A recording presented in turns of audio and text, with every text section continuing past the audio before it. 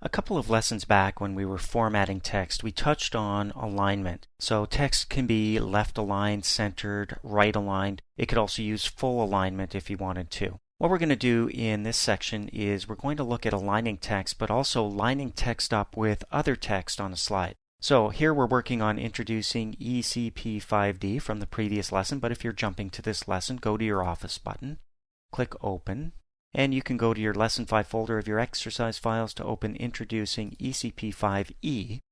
And when you click that and then Open, you'll be all caught up. Okay, so we're on slide 4, but what we're going to do is add some text to a slide and then line it up. So let's go up one to slide 3, where it says Food Product.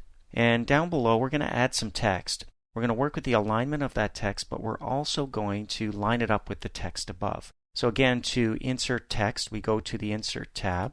We go over here to Text Box. We try and line our cursor up with the text above. We'll do our best, and then we start typing in.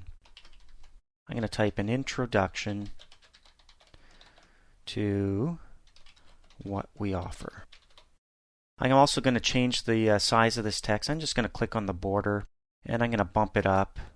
Let's go up to 24. I'm just hitting the font arrow up. So I'm increasing the font size with each click of that button. And now I want to align this text. Now, one way I can work with alignment is the text inside this box. So if I was to stretch the box out, for example, and I wanted it to be the full width of the slide, and this is a great trick for getting text to be exactly centered on a slide. With the box the full width, I can come up to the paragraph group here and click on the center button, and I know now that this text is perfectly centered on the slide. I can click outside the box and be confident that it's perfectly centered. But what if I wanted to actually align it with the text above here?